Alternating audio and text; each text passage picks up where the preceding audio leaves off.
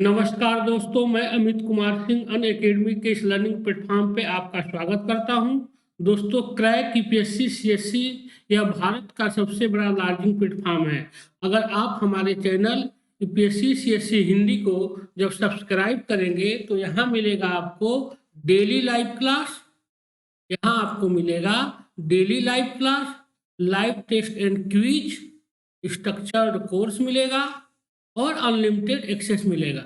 मतलब आप एक ही वीडियो को कई बार देख सकते हैं और सुन सकते हैं। यह सुविधा आपको अन अकेडमी के इस लर्निंग प्लेटफॉर्म पे मिलेगी। इसके लिए क्या करना होगा? इसके लिए आपको अन अकेडमी लर्निंग ऐप डाउनलोड करना होगा। इसके लिए आपको अन अकेडमी लर्निंग ऐप डाउनलोड करना पड़ेगा।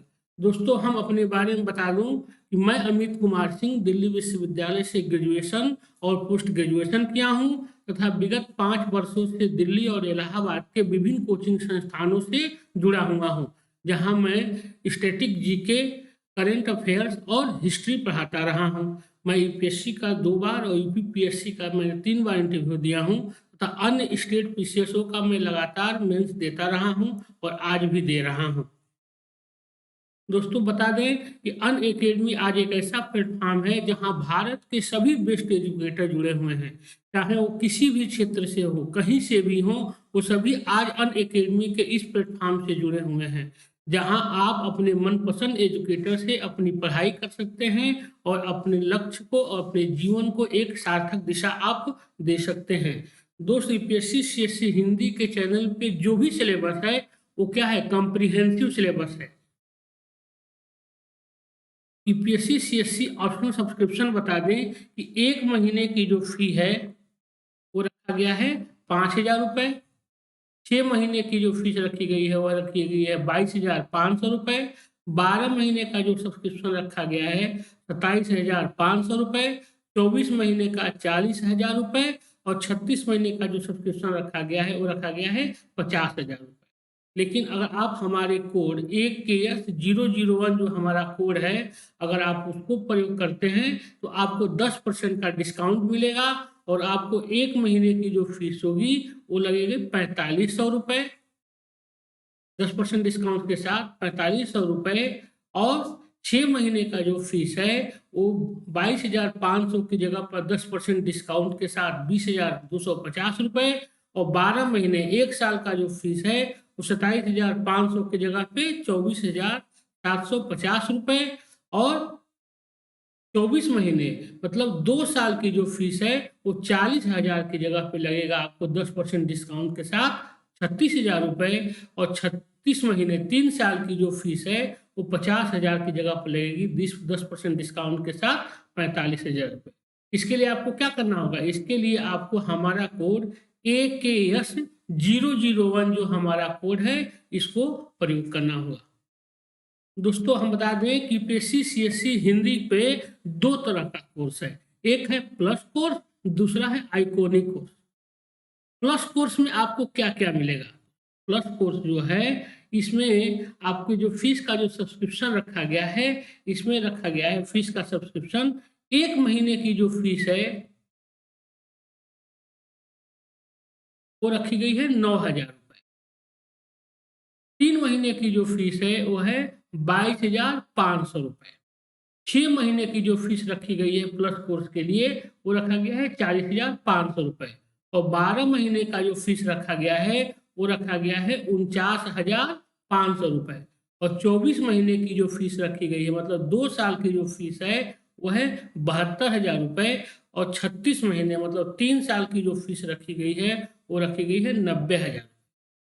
अगर आप हमारे कोड AKS001 जो हमारा कोड है, अगर आप इसको प्रयोग करते हैं तो आपको 10% का डिस्काउंट मिलेगा और आपको 1 महीने का जो फीस है वह 9,000 की जगह पे 10% डिस्काउंट के साथ कितना लगेगा? 8100 रुपये प्लस कोर्स के लिए। 3 महीने का जो फीस है वो 10% डिस्काउंट के साथ 20,250 रुपये। 6 महीने की जो फीस है वो 10% डिस्काउंट के साथ 36,450 रुपये और 12 महीने की जो फीस रखी गई है वो रखी गई है 10% डिस्काउंट के साथ ₹550 और 24 महीने मतलब 2 साल का जो सब्सक्रिप्शन रखा गया है वो रखा गया है 10% डिस्काउंट के साथ ₹64,800 और 36 महीने का 3 साल का जो फीस रखा गया है, सब्सक्रिप्शन रखा गया है, वो रखा गया है 10% डिस्काउंट के साथ ₹81,000। 90,000 की जगह पे आपको ₹81,000 देना होगा। इसके लिए क्या करना होगा? आपको मेरा कोड AKS001 जो मेरा कोड है, इसको प्रयोग करना होगा। दोस्तों, यह प्लस कोर्स उनके लिए है जो अभी अभी तैयारी शुरू किए हैं, मतलब 1-2 साल से 3 साल से तैयारी कर रहे हैं लेकिन अपनी मंजिल से अभी दूर हैं, उनके लिए यह बहुत ही बेहतर कोर्स है।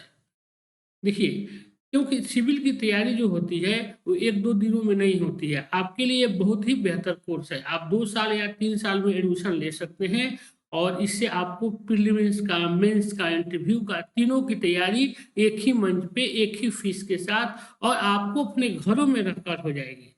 अब इससे बेहतर सेवा कोई भी संस्थान नहीं दे सकती है। इसीलिए दोस्त, आप लोग इससे जुड़िए और इसका फ़ायदा उठाइए। दूसरा जो कोर्स है इसमें PCCSE हिंदी में, वो है आइकोनिक कोर्स। दूसरा जो है वो है आइकोनिक। आइकोनिक में जो फीस का स्लैब रखा गया है वो 12 महीने का रखा गया है ₹69,500। 24 महीने का जो रखा गया है बिना डिस्काउंट का ₹1,60,000 और 36 महीने का मतलब 3 साल का जो सब्सक्रिप्शन रखा गया है वो रखा गया है ₹1,41,000। लेकिन अगर आप हमारे कोड AKS001 जो हमारा कोड है, अगर आप इसको प्रयोग करते हैं तो आपको 10% का डिस्काउंट मिलेगा और आपको 1 महीने की जो फीस मतलब 12 महीने का जो सब्सक्रिप्शन होगा वो होगा ₹62,550। 24 महीने का जो सब्सक्रिप्शन होगा वो 10% डिस्काउंट के साथ 1,60,000 की जगह पे ₹96,300 और 36 महीने का मतलब 2 साल का जो 3 साल का 36 महीने मतलब 3 साल का जो सब्सक्रिप्शन होगा वो 1,41,000 की जगह पर ₹1,26,900। इसके लिए आपको क्या करना होगा? इसके लिए आपको हमारा कोड जो है AKS001 का प्रयोग करना होगा। दोस्तों, इस कोरोना में जिस तरह हम देख रहे हैं कि सरकारी नौकरियों का क्रेज बढ़ा है, उसको देखते हुए कहते हैं कि यह बहुत ही नॉमिनल फीस है और खास करके यह उनके लिए है जो अभी अभी क्या किए हैं, ग्रेजुएशन पास किए हैं या तैयारी करने के बारे में सोच रहे हैं। देखिए, सिविल की तैयारी जो होती है 1-2 दिनों में तो होती नहीं, इसके लिए लंबा वक्त चाहिए, कम से कम 3 से 4 साल का वक्त चाहिए। उसके लिए यह बहुत ही बेहतर कोर्स है। इसलिए दोस्त, आप लोग अनअकैडमी के इस प्लेटफॉर्म आइकोनिक से जरूर जुड़िए और आप लोग एडमिशन लीजिए तथा आप हमारे कोड AKS001 का प्रयोग कीजिए। इसी के साथ हम आपसे अब विषय वस्तु पे चलने की आज्ञा चाहते हैं और दोस्त, आप लोग जरूर एडमिशन लीजिए, यही हमारी आपसे रिक्वेस्ट है। अब हम चलते हैं विषय वस्तु पर। मैं अमित कुमार सिंह एक बार फिर आप लोगों का स्वागत करता हूं। दोस्त, आज हम पढ़ेंगे उपराष्ट्रपति और संघीय मंत्रिपरिषद, मतलब उपराष्ट्रपति को पढ़ेंगे, उसके बाद से संघीय मंत्रिपरिषद जो संघ में मंत्रिपरिषद होती है, प्रधानमंत्री मंत्रिपरिषद, हम उसका अध्ययन करेंगे। भारतीय संवैधानिक व्यवस्था में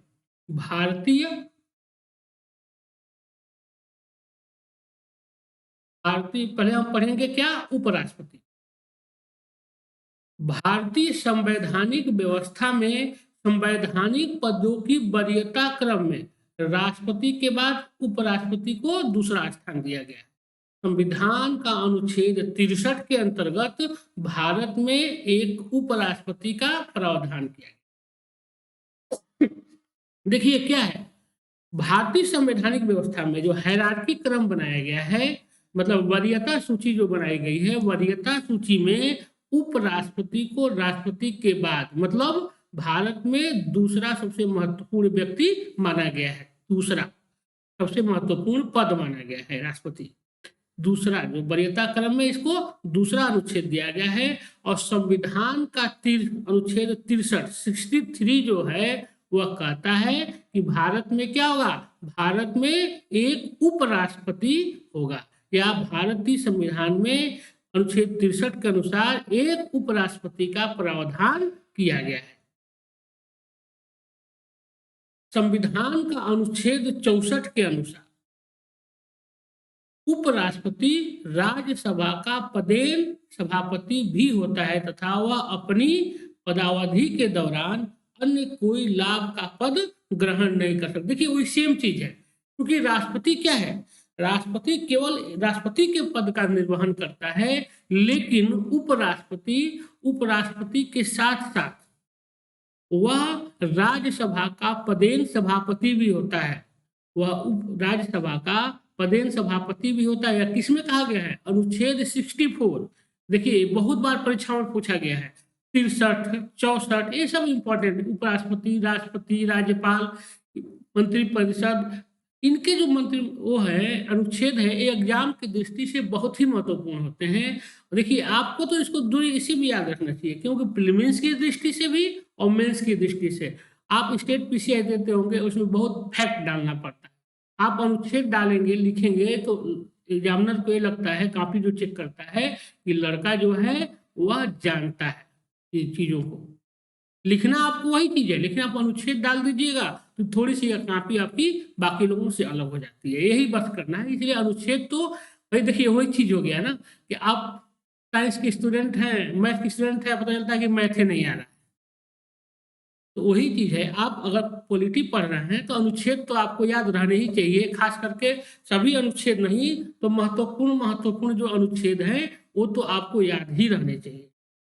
ठीक है, तो संविधान का जो 64वां अनुच्छेद कहता है कि उपराष्ट्रपति, 63 में क्या कहा गया है कि उपराष्ट्रपति होगा, लेकिन 64 अनुच्छेद 64 कहता है कि उस राष्ट्रपति क्या काम करेगा, उपराष्ट्रपति जो होगा वो राज्यसभा का पदेन सभापति होगा और इस अवधि के दौरान मतलब उपराष्ट्रपति वो रहते हुए वह किसी अन्य लाभ का पद धारण नहीं करेगा। मतलब कोई ऐसा काम वो नहीं करेगा जिससे उसे दूसरा प्रॉफिट होता हो। एक तो है कि वो उपराष्ट्रपति रहेगा, उसको वेतन भत्ते जितने सुख सुविधाएं हैं वो सब मिलेंगी, इसके सिवा वह कोई भी अन्य लाभ का जो पद होता है उसको वो धारण नहीं करेगा। भारत में उपराष्ट्रपति के पद संबंधी प्रावधान कहां से लिया गया है, अमेरिका के संविधान से लिया गया। भारत में देखिए उपराष्ट्रपति राष्ट्रपति दोनों का प्रावधान कहां से लिया गया है, अमेरिकी संविधान से लिया गया है। भारत में उपराष्ट्रपति और राष्ट्रपति का प्रावधान जो है यह अमेरिकी संविधान से लिया गया है। कई बार एग्जाम में पूछा गया है, कि राष्ट्रपति या उपराष्ट्रपति कहां से लिया गया है, अमेरिका के संविधान से। अब हम देखेंगे कि उपराष्ट्रपति की योग्यता का मतलब क्या होता है। योग्यता का मतलब लिटरेसी से नहीं होता है, योग्यता का मतलब ये होता है कि उपराष्ट्रपति बनने के लिए क्या क्या अर्हताएं होनी चाहिए, मतलब क्या क्या जो क्राइटेरिया बनाया गया है क्या क्या होना चाहिए। इस कौन कहता है, जो अर्हताएं या योग्यताएं जो है उपराष्ट्रपति का, यह किस अनुच्छेद में रखा गया है, 63 में, अनुच्छेद 63 में कहा गया है, अनुच्छेद 66(3) के अनुसार उपराष्ट्रपति पद के लिए निम्नलिखित योग्यता होनी चाहिए। क्या, वही जो सेम था राष्ट्रपति का, वह भारत का नागरिक होना चाहिए। भाई देखिए भारत में किसी भी महत्वपूर्ण पद पे आसीन होने के लिए भारत का नागरिक होना जरूरी है। इन सब पदों पे किसी विदेशी को नहीं बैठाया जा सकता है, इसलिए क्या है, वह भारत का नागरिक होना चाहिए।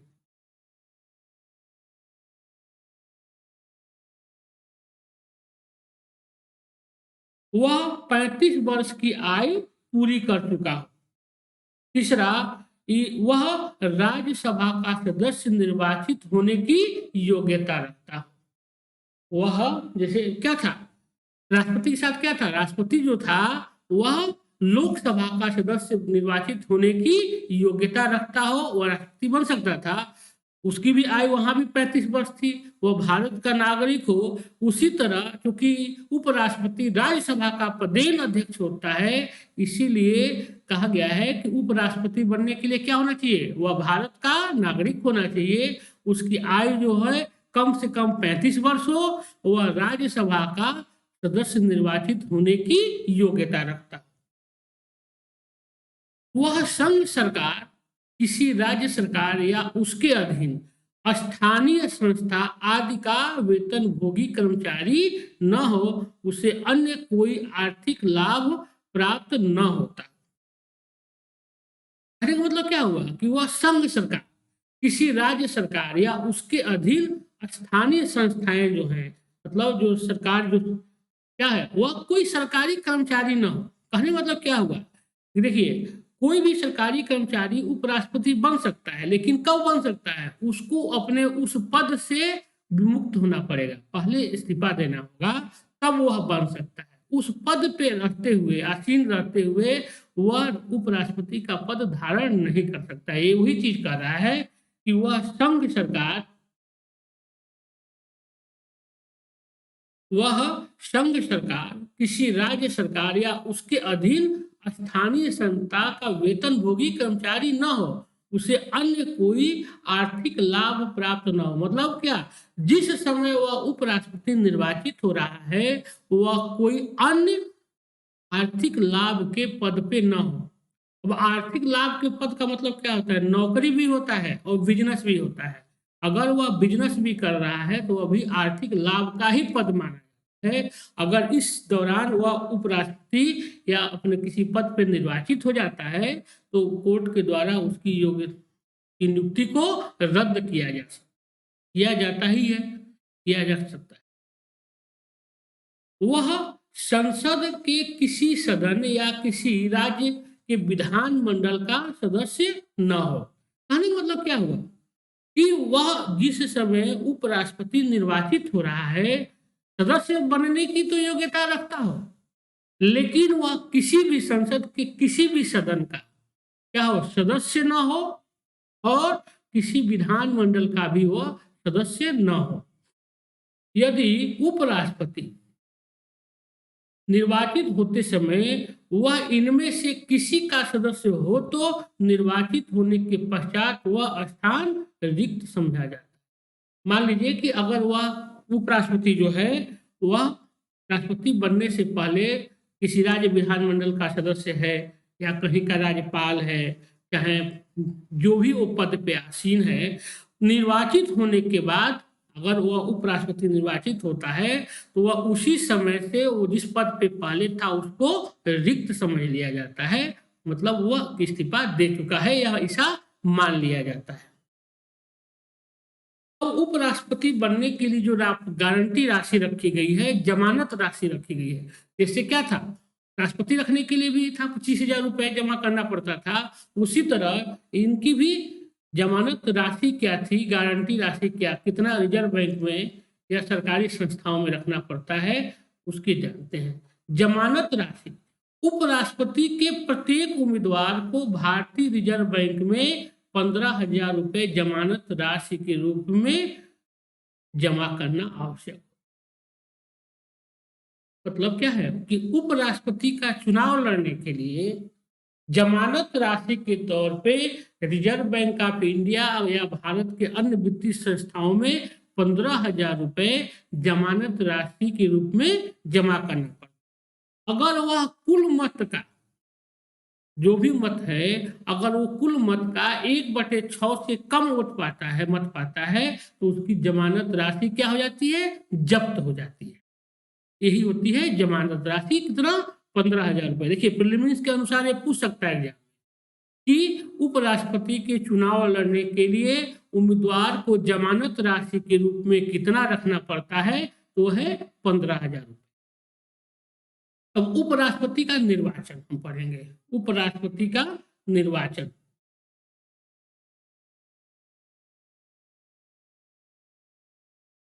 अनुच्छेद 66(1) के अनुसार उपराष्ट्रपति का निर्वाचन संसद के दोनों सदनों के सभी सदस्यों से मिलकर गठित होने वाले निर्वाचक मंडल द्वारा किया। देखिए उपराष्ट्रपति, राष्ट्रपति के चुनाव में हम लोग क्या पढ़े थे कि राष्ट्रपति के चुनाव में हम लोग पढ़े थे कि संसद के दोनों सदनों के निर्वाचित सदस्य के साथ राज्य विधानमंडलों के निर्वाचित सदस्यों के द्वारा राष्ट्रपति का चुनाव होता है। लेकिन उपराष्ट्रपति के चुनाव में क्या किया गया है, राज्य विधानमंडलों को बाहर रखा गया है और लोकसभा और राज्यसभा मतलब संसद के जो दोनों सदन हैं, उच्च सदन और निम्न सदन के सभी सदस्यों से मिलकर, मतलब वह निर्वाचित वाले भी हों और मनोनीत भी हों, निर्वाचित और मनोनीत दोनों सदनों के सदस्यों से गठित होने वाले निर्वाचक मंडल के द्वारा उपराष्ट्रपति का चुनाव होता है। देखिए यहाँ पे क्या था, उपराष्ट्रपति के चुनाव में क्या था कि केवल निर्वाचित जनता के द्वारा जो सदस्य निर्वाचित होते थे वही मतदान करते थे, लेकिन उपराष्ट्रपति के चुनाव में क्या है, निर्वाचित के साथ साथ मनोनीत सदस्य भी उपराष्ट्रपति के निर्वाचन में भाग लेते हैं। उपराष्ट्रपति के पद के लिए प्रत्याशी का नाम न्यूनतम 20 मतदाताओं, देखिए क्या अंतर है दोनों में, राष्ट्रपति और उपराष्ट्रपति में। राष्ट्रपति के निर्वाचक मंडल में 50 सदस्य क्या होने चाहिए, समर्थक प्रस्तावक होने चाहिए और 85 अनुमोदक होना चाहिए। उपराष्ट्रपति के चुनाव में 50 प्रस्ताव, राष्ट्रपति के चुनाव में 50 प्रस्तावक और 50 अनुमोदक होने चाहिए। कहां से होने चाहिए थे वो, कि वह दोनों सदनों के साथ साथ राज्य विधानमंडलों से भी प्रस्तावक बन सकते थे, अनुमोदक। लेकिन चूंकि उपराष्ट्रपति का जो चुनाव होता है वह केवल किसके द्वारा होता है, संसद के दोनों सदनों राज्यसभा और लोकसभा के द्वारा होता है। इसीलिए यहाँ पे जो क्या है, यहाँ पे जो प्रत्याशी के जो न्यूनतम जो प्रस्तावक और अनुमोदक होते हैं, इसमें 20 सदस्य प्रस्तावक के रूप में और 20 सदस्य अनुमोदक के रूप में रखा गया है कि इतने सदस्यों का प्रस्तावक और अनुमोदक के रूप में होना जरूरी है। 20 सदस्य, यह एग्जाम में पूछा जा सकता है।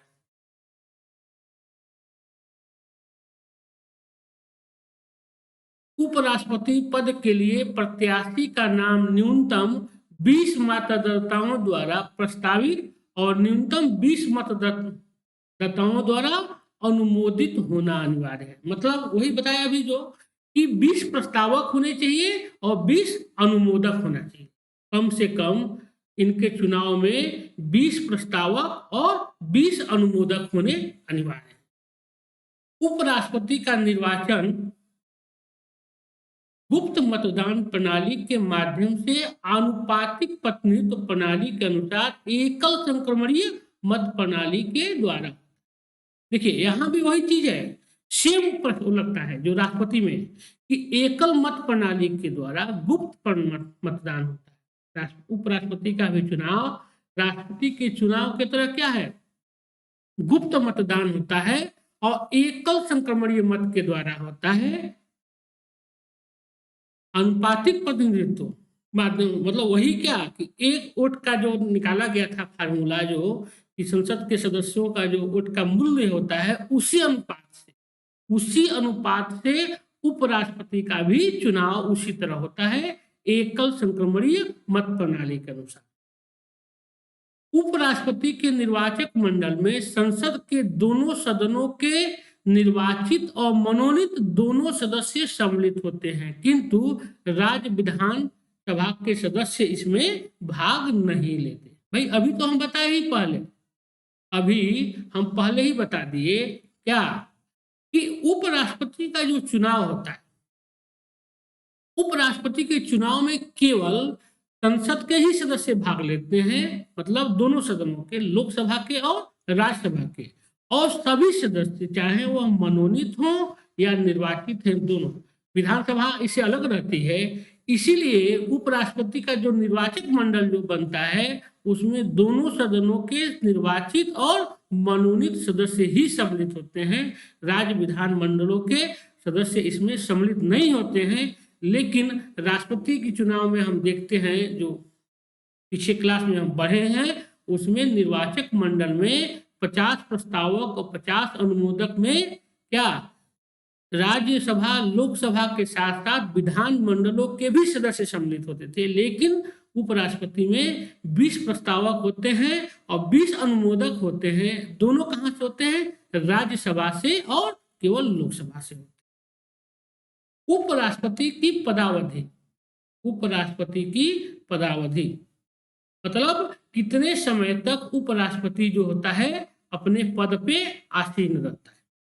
यह किसमें कहा गया है? अनुच्छेद 67 कहता है, 67 अनुच्छेद, संविधान का अनुच्छेद 67 उपराष्ट्रपति की पदावधि से संबंधित है। संविधान के अनुच्छेद 67 के अनुसार उपराष्ट्रपति का कार्यकाल कितना होता है? 5 वर्ष। उपराष्ट्रपति का कार्यकाल 5 वर्ष है, किंतु कार्यकाल समाप्त होने से पूर्व भी वह राष्ट्रपति को संबोधित करके स्वेच्छा से अपना पद त्याग कर सकता है। अनुच्छेद 67 के अनुसार कहा गया है कि उपराष्ट्रपति का भी कार्यकाल राष्ट्रपति की तरह कितना होगा? 5 ही वर्ष का होगा।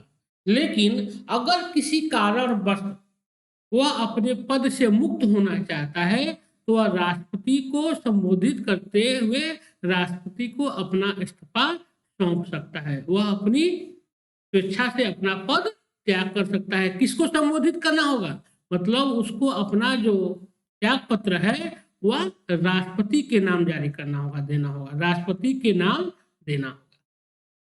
यह किस पे कहा गया है? अनुच्छेद 67 में राष्ट्रपति की समयावधि पदावधि 5 वर्ष निश्चित की। इसके अतिरिक्त यदि राज्यसभा अपने तत्कालीन सभी सदस्यों के बहुमत से उसे पद से हटाने का प्रस्ताव पारित कर दे और लोकसभा उसे स्वीकार कर ले तो उपराष्ट्रपति का अपना पद छोड़ना पड़ेगा। देखिए कितना महत्वपूर्ण आर्टिकल है। एग्जाम में कई बार पूछा गया है, यह एग्जाम में कई बार पूछा गया है। देखिए मैं अभी जो फिलहाल पढ़ा रहा हूँ ये प्रीलिम्स और मेंस दोनों के लिए इंपॉर्टेंट है। जैसे मान लीजिए मेंस में पूछ लेगा कि उपराष्ट्रपति के निर्वाचन, उपराष्ट्रपति के निर्वाचन और उसके कार्यों का वर्णन कीजिए, या तो केवल पूछ देगा कि उपराष्ट्रपति के कार्यों का वर्णन कीजिए, या पूछ दे कि उपराष्ट्रपति का निर्वाचन कैसे होता है इसका वर्णन कीजिए। और प्रीलिम्स में तो इसके अनुच्छेद ऐसे भी पूछे जाते हैं। अगर मान लीजिए जैसे क्वेश्चन ही पूछ दे प्रीलिम्स में कि अगर उपराष्ट्रपति को पद से हटाना हो तो इसका प्रस्ताव हम कहाँ लाते हैं? लोकसभा में, राज्यसभा में, लोकसभा और राज्यसभा दोनों में, या इनमें से कोई नहीं? तो याद रखिएगा कि उपराष्ट्रपति को हटाने के लिए राज्यसभा में पहले लाना होगा और राज्यसभा जब इस पे अनुमोदन कर देगी बहुमत से तब कहाँ भेजा जाता है? लोकसभा। और लोकसभा अगर उसको स्वीकार कर लेगी तो उसको अपने पद से मुक्त होना पड़ता है। यही है। इसके अतिरिक्त यदि राज्यसभा अपने तत्कालीन सभी सदस्यों की बहुमत, मतलब जितने सदस्य उस समय हैं राज्यसभा में, अगर उनको उपराष्ट्रपति को मतलब उपराष्ट्रपति को हटाना होगा तो इसका प्रस्ताव कहाँ लाना होगा? राज्यसभा में पहले लाना होगा और राज्यसभा अपने उपस्थित बहुमत से अगर वह पद उनको प्रस्ताव पारित कर दे तो और उसे लोकसभा क्या कर ले? स्वीकार कर ले तो उपराष्ट्रपति को अपने पद से मुक्त होना पड़ता है। यही उपराष्ट्रपति को हटाने का तरीका है। मतलब प्रस्ताव कहाँ लाया जाएगा? राज्यसभा में लाया जाएगा। पहले राज्यसभा उसको अपने बहुमत से पास करेगी और उसके बाद लोकसभा को भेजा जाएगा और लोकसभा भी उसको स्वीकार कर लेगी तो उपराष्ट्रपति को अपना पद छोड़ना पड़ेगा। परंतु ऐसा कोई प्रस्ताव तब तक पेश नहीं किया जा सकता जब तक 14 दिन की अग्रिम सूचना उपराष्ट्रपति को नहीं दी गई है। सेम वही कंडीशन है जो राष्ट्रपति को है। राष्ट्रपति में यही था कि राष्ट्रपति के खिलाफ अभियोग लगाने के लिए उसे 14 दिन पहले उसको बताना पड़ता था। यहाँ भी वही सेम चीज है कि उपराष्ट्रपति को उसके खिलाफ कोई भी प्रस्ताव पारित करने से पहले 14 दिन पहले उसको बताना अनिवार्य है। अगर नहीं बताया जाता है तो राज्यसभा और लोकसभा के द्वारा पारित होने से उसको पद से नहीं हटाया जा सकता है। इसीलिए उसको 14 दिन पहले उसको सूचना देना इसकी आवश्यक है। संविधान में उपराष्ट्रपति को पद से हटाने संबंधी प्रक्रिया का कोई प्रावधान नहीं किया गया है। मतलब यह नहीं कहा गया है कि उपराष्ट्रपति को किस प्रक्रिया से हटाया जाएगा, इसका संविधान में कहीं वर्णन नहीं है। लेकिन जो भारत में कानून के द्वारा जो किया गया है वह बाद में इसी तरह किया गया कि उपराष्ट्रपति को भी राष्ट्रपति की तरह संसद के द्वारा ही हटाया जाएगा। लेकिन क्योंकि राष्ट्रपति को हटाने के लिए प्रस्ताव कहीं भी दोनों सदनों में लाया जा सकता था, लेकिन यहाँ कहाँ लाना होगा, पहले राज्यसभा में ही लाना होगा। और सेम जैसे राष्ट्रपति को हटाने की प्रक्रिया है, सेम प्रक्रिया का पालन उपराष्ट्रपति के लिए भी पालन करना पड़ता है। उपराष्ट्रपति को हटाने संबंधी संकल्प केवल राज्यसभा में ही रखा जा सकता है। अभी बताया ही कि उपराष्ट्रपति को हटाने संबंधी जो संकल्प है केवल राज्यसभा में ही रखा जा सकता है। उसका आधार कोई भी ऐसा कारण हो सकता है जिसे राज्यसभा उचित समझती है। क्योंकि उपराष्ट्रपति क्या होता है, राज्यसभा का सभापति होता है, पदेन सभापति होता है। इसीलिए अगर उपराष्ट्रपति को उसके पद से विमुक्त करना हो, हटाना हो, इसका प्रस्ताव कहाँ रखा जाता है, राज्यसभा में ही रखा जाता है। लोकसभा में पहले नहीं रखा जा सकता है। इसको हटाने की प्रक्रिया के लिए राज्यसभा को ही किया जाता है। उसका आधार कोई भी ऐसा कारण हो सकता है जिससे राज्यसभा उचित, अगर राज्यसभा को यह लगता है कि उपराष्ट्रपति अपने दायित्वों का निर्वहन ठीक से नहीं कर रहे हैं या वह पक्षपात पूर्ण कर रहे हैं, तो उनको पद से राज्यसभा हटाने के लिए प्रस्ताव पारित कर सकती है। उपराष्ट्रपति अपनी 5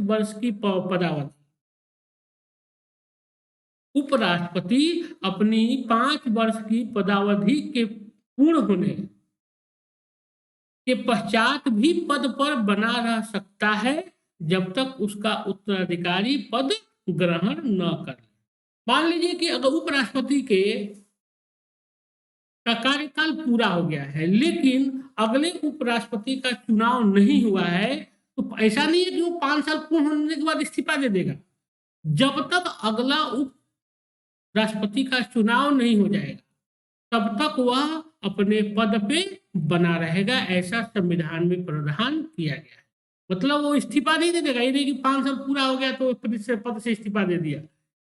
जैसे प्रधानमंत्री का कार्यकाल पूरा हो जाता है तो वो अपने इस्तीफा दे देते हैं, उसके बाद राष्ट्रपति शासन लग जाता है, उसके बाद चुनाव कराया जाता है। लेकिन राष्ट्रपति और उपराष्ट्रपति के लिए ऐसा कोई भी प्रावधान नहीं है। अगर उपराष्ट्रपति के चुनाव में उसका कार्यकाल पूरा हो जाता है, उसके बाद चुनाव होता है, तो चुनाव के दिन तक जब तक अगला उपराष्ट्रपति नहीं आ जाता है उस दिन तक वह उपराष्ट्रपति के कार्यों का क्या कहता है, निर्वहन करता है। वह उस पद पर पुनर्निर्वाचन के भी योग्य होता है। मतलब ये भी हो सकता है कि वही उसी को उपराष्ट्रपति को ही दोबारा क्या किया जाए, पुनर्निर्वाचन कर दिया जाए, पुनः उपराष्ट्रपति बना दिया जाए। वह इस पद पर कितनी बार भी निर्वाचित हो सकता है। मतलब यह नहीं, भारतीय संविधान में इसका कहीं वर्णन नहीं है कि एक व्यक्ति कितनी बार तक उपराष्ट्रपति हो सकता है। अगर चाहे तो उसको कितनी बार, चाहे वो जितनी बार इच्छा रखता हो या राज्यसभा उसके प्रति जितनी बार लायल हो उतनी बार उसको क्या कर सकती है, उसको निर्वाचित कर सकती है संसद। संविधान में कार्यवाहक उपराष्ट्रपति नियुक्त किए जाने का कोई प्रावधान नहीं है। संविधान में कार्यवाहक उपराष्ट्रपति नियुक्त करने का कोई प्रावधान नहीं। देखिए संविधान में क्या है, उपराष्ट्रपति का अगर केवल देखा जाए तो राज्यसभा का सभापति होने के सिवा और कोई कार्य नहीं है। कार्य यही है कि अगर मान लीजिए कि संयोगवश किसी कारणवश राष्ट्रपति नहीं है तो राष्ट्रपति के कार्यों का निर्वहन उपराष्ट्रपति करता है। और जिस समय उपराष्ट्रपति राष्ट्रपति के कार्यों का निर्वहन करता है उसको सारी सुख सुविधा और वेतन भत्ते राष्ट्रपति को मिलने लगते हैं। लेकिन उपराष्ट्रपति का कार्य जो है वह कौन करने लगता है? क्योंकि उपराष्ट्रपति का कार्य होता है राज्यसभा का उपदिन सभापति होता है, तो उसके कार्यों को राज्यसभा का उपसभापति करने लगता है। उस दौरान उसे उपसभापति के वेतन और भत्ते मिलते हैं। इसीलिए भारतीय संविधान में कार्यवाहक उपराष्ट्रपति का कोई प्रावधान नहीं किया गया है कि अगर जिसे राष्ट्रपति अगर नहीं है तो कार्यवाहक के लिए राष्ट्रपति की नियुक्ति होती है। उपराष्ट्रपति जो होता है कार्यवाहक राष्ट्रपति का कार्य करता है। लेकिन अगर उपराष्ट्रपति नहीं है तो कोई भी संविधान में ऐसा प्रावधान नहीं किया गया है कि कार्यवाहक उपराष्ट्रपति की नियुक्ति किया जाए। ठीक है, राष्ट्रपति के निर्वाचन के समान ही उपराष्ट्रपति के निर्वाचन से संबंधी विवादों का समाधान अधिकार उच्चतम न्यायालय को प्राप्त है और उसका निर्णय अंतिम होता है। जैसे हम लोग कल पढ़े थे कि राष्ट्रपति के निर्वाचन संबंधी कोई भी अगर विवाद उत्पन्न हो जाता है तो उसका समाधान कौन करता है? उसका समाधान उच्चतम न्यायालय द्वारा किया जाता है और उच्चतम न्यायालय का निर्णय क्या होता है? अंतिम होता है। उसी तरह उपराष्ट्रपति के भी चुनाव संबंधी अगर कोई विवाद उत्पन्न हो जाता है तो इसका समाधान का अधिकार किसको दिया गया है? उच्चतम न्यायालय को ही दिया गया है और उसका जो निर्णय होता है वह क्या होता है? अंतिम होता है। मतलब उच्चतम न्यायालय का जो भी निर्णय होगा वह अंतिम माना जाए। अब उपराष्ट्रपति का शपथ जो होता है और जो वह प्रतिज्ञा लेता है, मतलब देश के प्रति, संविधान के प्रति जो उसका कर्तव्य है उसको हम लोग पढ़ते हैं। उपराष्ट्रपति अपना पद ग्रहण करने से पहले शपथ या प्रतिज्ञा करेगा और उस पर अपना हस्ताक्षर करेगा और अपनी शपथ में उपराष्ट्रपति शपथ लेगा क्या? मैं भारत के संविधान के प्रति सच्ची श्रद्धा और निष्ठा रखूंगा। मैं अपने पद और कर्तव्यों का निर्वाह श्रद्धापूर्वक करूंगा और मैं अपने पद और कर्तव्यों का निर्वहन श्रद्धापूर्वक करूंगा। उपराष्ट्रपति को उसके पद की शपथ राष्ट्रपति अथवा उसके द्वारा नियुक्त किसी भी व्यक्ति द्वारा दिलवाई जा सकती।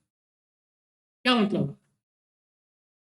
उपराष्ट्रपति जो शपथ अपना लेगा, प्रतिज्ञा करेगा, वो किसके लिए करेगा? कि मैं संविधान के प्रति सच्ची निष्ठा और श्रद्धा रखूंगा और अपने कर्तव्यों का निर्वहन श्रद्धापूर्वक करूंगा। अब क्या है कि उपराष्ट्रपति का जो शपथ होता है कौन दिलाता है? राष्ट्रपति दिलवाता है। अगर राष्ट्रपति नहीं है तो राष्ट्रपति के दायित्वों का निर्वहन कौन करता है? सुप्रीम कोर्ट का वरिष्ठ न्यायाधीश करता है, तो वह उसकी नियुक्ति वो कराएगा, शपथ दिलवाएगा। अगर या तो मान लीजिए कि राष्ट्रपति कहीं बाहर है तो उनके द्वारा नियुक्त जो भी व्यक्ति होगा वह क्या करेगा? वह उपराष्ट्रपति को शपथ दिलवाएगा। यही होता है।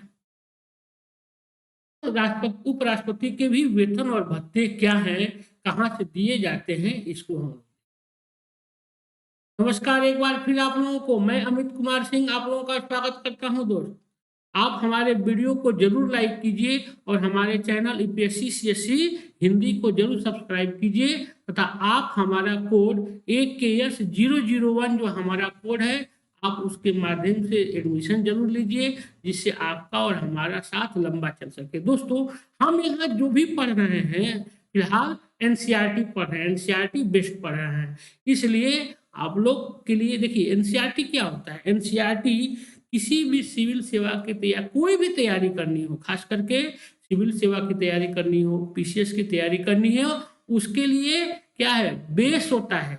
और आप लोग तो जानते ही हैं कि बेस होना मजबूत होता है। अगर बेस मजबूत नहीं होता है तो ऊपर दीवार जो चलती है वो कमजोर होती है और घर जल्दी गिर जाता है।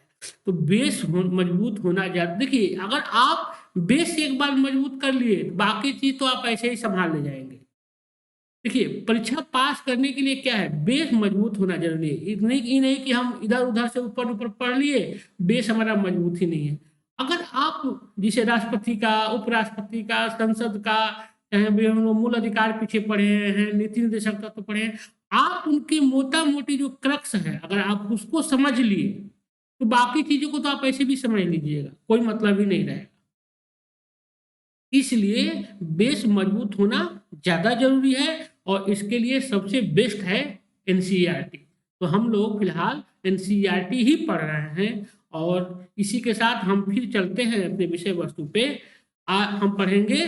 नमस्कार आप लोग को एक बार फिर, मैं अमित कुमार सिंह आप लोगों का स्वागत करता हूं।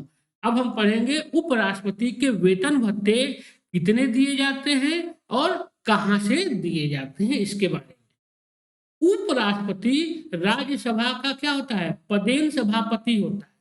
अतः उपराष्ट्रपति को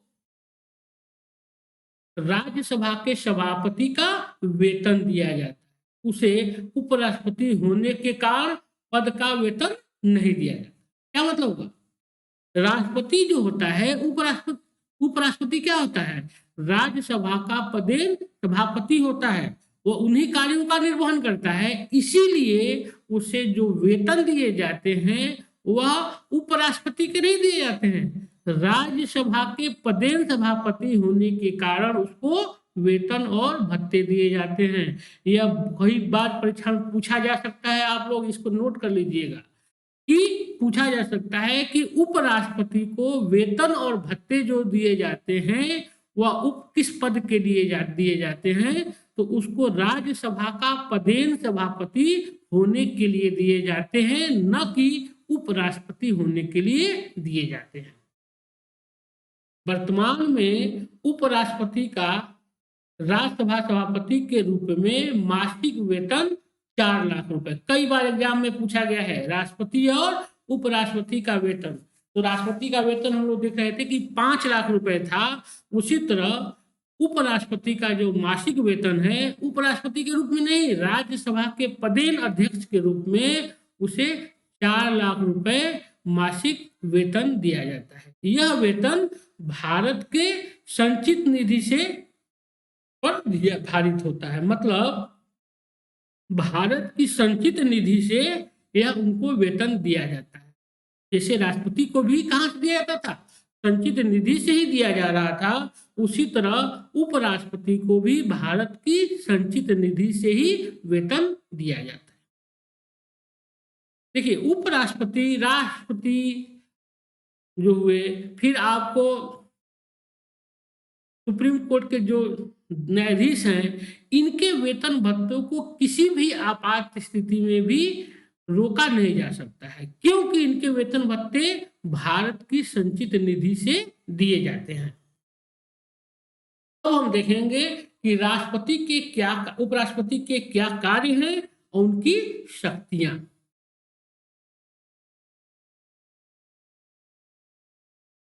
अनुच्छेद 64 और अनुच्छेद 65 के अंतर्गत उपराष्ट्रपति के कार्यों का उल्लेख किया गया है। अनुच्छेद 64 और अनुच्छेद 65 में उपराष्ट्रपति के कार्य क्या है इसका उल्लेख किया गया है। अनुच्छेद 64 के अनुसार उपराष्ट्रपति राज्यसभा की बैठक की अध्यक्षता और उसके कार्यों का संचालन करता है। इस रूप में वह लोकसभा के अध्यक्ष की तरह ही राज्यसभा के सभी मामलों से संबद्ध और कृत्यों का निर्वहन करता है।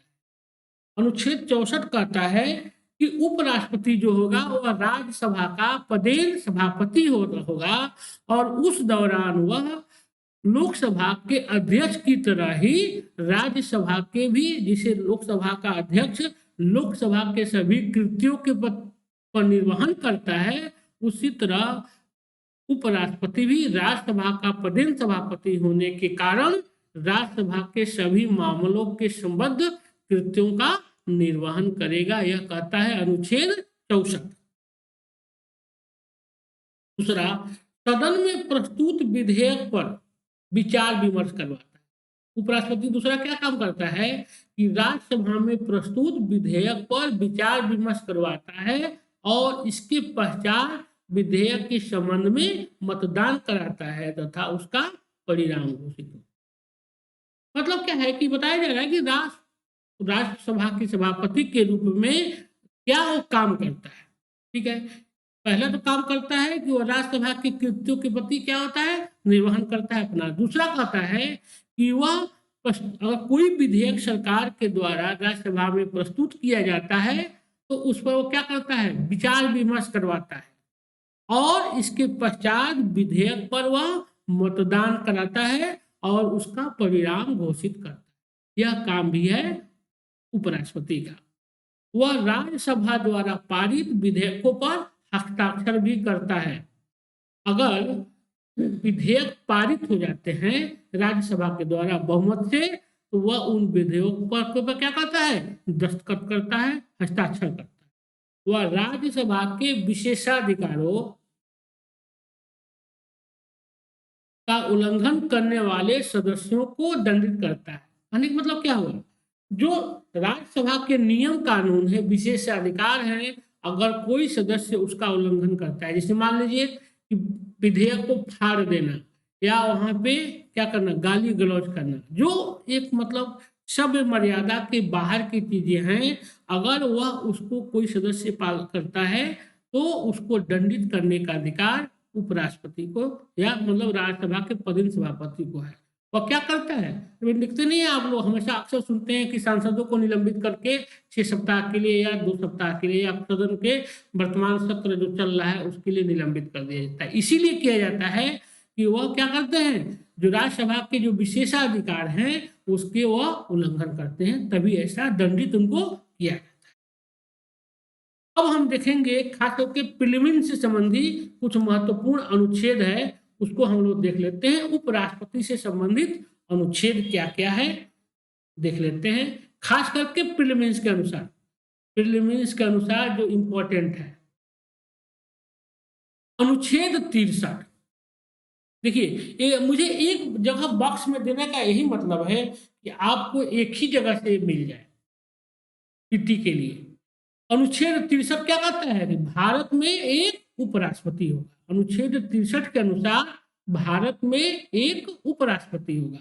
64 कहता है कि उपराष्ट्रपति राज्यों की परिषद या राज्यसभा का पदेन सभापति होगा। अनुच्छेद 64 क्या कहता है कि जो उपराष्ट्रपति होगा वो क्या होगा, राज्यसभा का पदेन सभापति होगा। पदेन सभापति होगा किसका, राज्यसभा का। अनुच्छेद 65 कहता है कि उपराष्ट्रपति की आकस्मिक रिक्तियों अथवा राष्ट्रपति की अनुपस्थिति में वह राष्ट्रपति के कर्तव्यों का निर्वहन करेगा।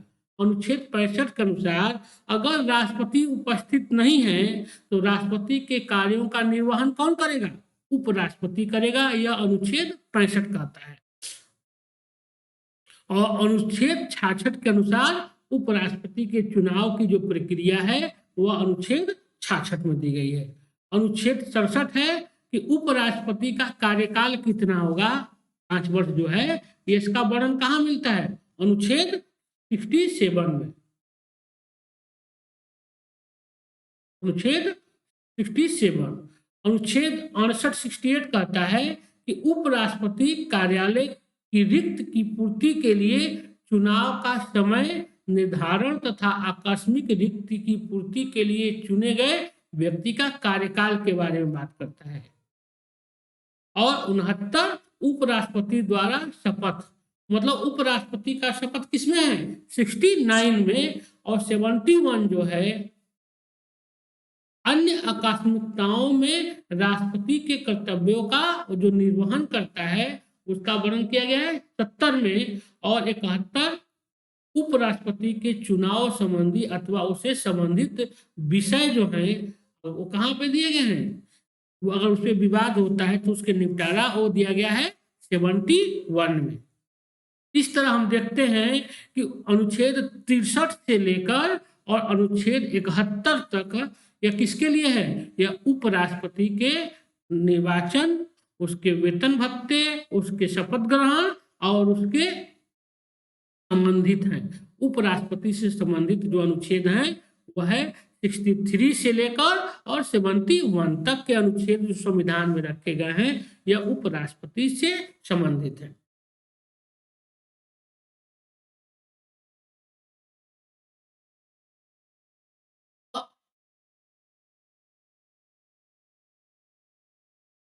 उपराष्ट्रपति क्या करता है, और वह सदन में प्रश्नों को पूछने के संदर्भ में अपना निर्णय देता है। उपराष्ट्रपति वह सदन में असंसदीय भाषा के प्रयोग की रोक लगाता है।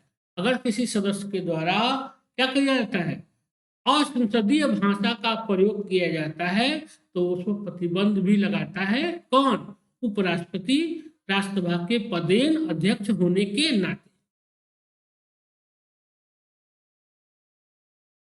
अनुच्छेद 65 के अनुसार उपराष्ट्रपति को राष्ट्रपति की अनुपस्थिति में राष्ट्रपति के कार्यों का निर्वहन किया सौंपा गया है। अभी बताए ही, यदि राष्ट्रपति का पद मृत्यु, त्यागपत्र, महाभियोग या किसी अन्य कारण से रिक्त हो जाए, जब तक नया राष्ट्रपति निर्वाचित नहीं होगा तब तक वह क्या करता है, पद ग्रहण नहीं कर लेता है।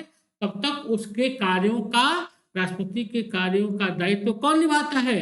उपराष्ट्रपति होता है। मान लीजिए कि अगर राष्ट्रपति के खिलाफ महाभियोग पारित हो गया, उसको पद से हटा दिया गया, तो जब तक नया राष्ट्रपति का चुनाव नहीं हो जाएगा तब तक राष्ट्रपति के कार्यों का निर्वहन कौन करेगा? उपराष्ट्रपति करेगा।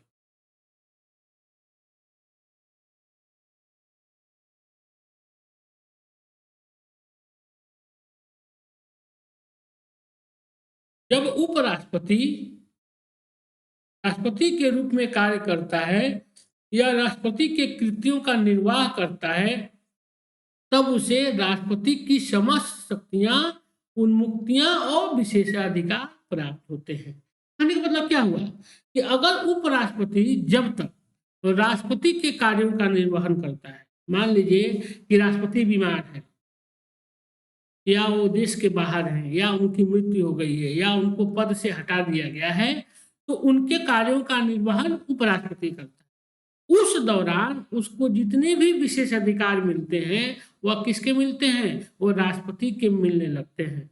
वेतन से लेकर और अन्य जो विशेषाधिकार हैं वह सब राष्ट्रपति के मिलने लगते हैं। राष्ट्रपति एवं उपराष्ट्रपति दोनों के पदों में आकस्मिक रिक्तियां होने पर, अगर मान लीजिए कि ऐसी स्थिति बन गई कि राष्ट्रपति और उपराष्ट्रपति दोनों का पद रिक्त हो गया है, तो यह कार्य कौन करेगा? तो राष्ट्रपति का दायित्व कौन करता है?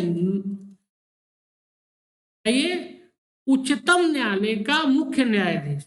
अगर मान लीजिए कि उच्चतम न्यायालय का मुख्य न्यायाधीश भी नहीं है, तो उच्चतम न्यायालय के अन्य वरिष्ठ न्यायाधीश जो हैं वह राष्ट्रपति के कार्यों का निर्वहन करते हैं। लेकिन राज्यसभा में, लेकिन उपराष्ट्रपति में ऐसा नहीं है। अगर उपराष्ट्रपति नहीं है तो चूंकि उनके कार्य क्या है, उनका कार्य होता है राज्यसभा का पदेन सभापति होना, उनके कार्यों का निर्वहन राज्यसभा का उपसभापति करने लगता है। उस दौरान उसको जो भी सुख सुविधाएं मिलती हैं वह राज्यसभा के पदेन सभापति की मिलने लगती है।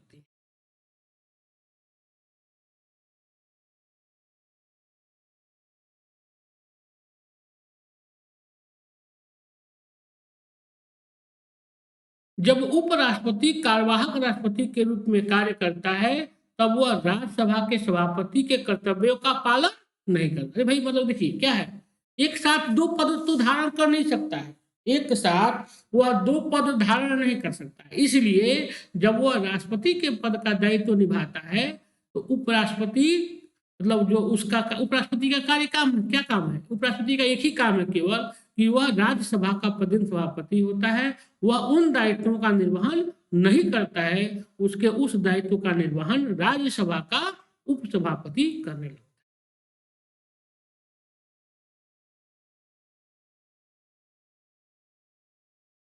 राज्यसभा के सभापति के रूप में संदेह, वेतन या भत्ते का अधिकारिक होता है। किसमें कहा गया है? अनुच्छेद 64 में। राष्ट्रपति अपना त्याग पत्र किसको सौंपता है? उपराष्ट्रपति को। बहुत इंपॉर्टेंट है, कई बार एग्जाम में पूछा गया है, लोग कंफ्यूजन में हो जाते हैं कि राष्ट्रपति क्या है, हायरार्की में नंबर 1 है, तो वह कैसे, मतलब अपने जूनियर को अपना, लेकिन ऐसा बनाया गया है संविधान में, प्रावधान किया गया है कि राष्ट्रपति जो अपना त्याग पत्र किसको सौंपेगा, उपराष्ट्रपति को सौंपता है। और उपराष्ट्रपति का कर्तव्य है कि वह इसकी तत्काल सूचना किसको दे, लोकसभा के अध्यक्ष को दे, क्योंकि राष्ट्रपति लोकसभा के प्रति जिम्मेदार होता है। उपराष्ट्रपति का कर्तव्य है कि वह तत्काल इसकी सूचना लोकसभा के अध्यक्ष को दे। उपराष्ट्रपति को, राष्ट्रपति अपना त्याग पत्र उपराष्ट्रपति को सौंपता है, बहुत बार एग्जाम में पूछा गया है। और उपराष्ट्रपति का यह कर्तव्य है कि जब राष्ट्रपति इस्तीफा दे वह इसकी तत्काल सूचना किसको दे, लोकसभा के अध्यक्ष को दे, क्योंकि राष्ट्रपति जो होता है वह लोकसभा के प्रति उत्तरदायी होता है। अब हम पढ़ेंगे, यह आज हम पढ़ लिए उपराष्ट्रपति। अब हम पढ़ेंगे संघीय मंत्री परिषद, मतलब संघ में जो मंत्री परिषद होती है इसका निर्माण कैसे होता है, इसके कार्य क्या क्या है, इसमें कौन कौन होते हैं, इसको हम देखेंगे। उपराष्ट्रपति हम पढ़ चुके हैं 63 से 71 तक, अनुच्छेद 63 से लेकर अनुच्छेद 71 तक भारत में क्या कहा गया है कि उपराष्ट्रपति होगा, उसके वेतन भत्ते, उसके कार्य तभी उसमें उसके दौरान है। अब हम देखेंगे संघीय मंत्री परिषद। संघीय मंत्री परिषद, राष्ट्रपति भारत का संवैधानिक प्रमुख है, जबकि प्रधानमंत्री क्या होता है, वास्तविक प्रमुख होता है। भाई क्या कहा गया है, अनुच्छेद 74 के अनुसार कहा गया है कि भारत में क्या होगा, एक मंत्री परिषद होगी, और अनुच्छेद 75 के अनुसार उसका नेतृत्व कौन करता है, प्रधानमंत्री करेगा, जिसकी नियुक्ति राष्ट्रपति के द्वारा की जाएगी। अनुच्छेद 75 के अनुसार प्रधानमंत्री। अनुच्छेद 74 कहता है कि एक मंत्री परिषद होगी, किसके लिए, राष्ट्रपति को सलाह देने के लिए, राष्ट्रपति को सलाह देने के लिए। वही कह रहा है कि राष्ट्रपति जो भारत का है क्या होता है, वैधानिक प्रमुख है, जबकि प्रधानमंत्री वास्तविक प्रमुख होता है। औपचारिक दृष्टि से भारत में राज्य का जो प्रधान राष्ट्रपति, जबकि सरकार का प्रधान प्रधानमंत्री होता है। कह रहा है कि अगर औपचारिक दृष्टि से देखा जाए तो भारत में राज्य का प्रधान क्या हो गया, राष्ट्रपति होता है, भाई क्या है, वैधानिक प्रमुख है। और जबकि जो सरकार जो चलती है संघ में, उसका जो प्रमुख होता है, प्रधान होता है, वह प्रधानमंत्री होता है। अनुच्छेद 53 में कहा गया है, अनुच्छेद 53 में कहा गया है कि संघ की कार्यपालिका शक्ति किसमें, राष्ट्रपति में निहित होगी। अनुच्छेद 53 तो ही कहता है ना। भाई अनुच्छेद 52 क्या कहता है, अनुच्छेद 52 कहता है कि भारत में एक राष्ट्रपति होगा, और जिसमें अनुच्छेद 53 कहता है जिसमें क्या होगी, संघ की कार्यपालिका शक्ति निहित होगी, यह कहता है अनुच्छेद 54। अनुच्छेद उसी तरह अनुच्छेद 74 के अनुसार, अनुच्छेद 74 कहता है कि राष्ट्रपति को सलाह देने के लिए एक क्या होगा, एक मंत्री परिषद होगी, जिसका प्रमुख प्रधानमंत्री होगा। अनुच्छेद 74 के अनुसार राष्ट्रपति को सलाह देने के लिए एक मंत्री परिषद होगी, जिसका प्रमुख प्रधानमंत्री होगा। यह कहता है अनुच्छेद 74, अनुच्छेद 74 बहुत बार एग्जाम में पूछा गया है। अनुच्छेद 74 के अनुसार राष्ट्रपति को सहायता और सलाह देने के लिए एक मंत्री परिषद होगी, जिसका प्रमुख कौन होगा, जिसका प्रमुख प्रधानमंत्री। अब हम देखेंगे कि मंत्री परिषद का गठन, अगर मंत्री परिषद का गठन किसके किससे मिलकर किया जाता है, प्रधानमंत्री सहित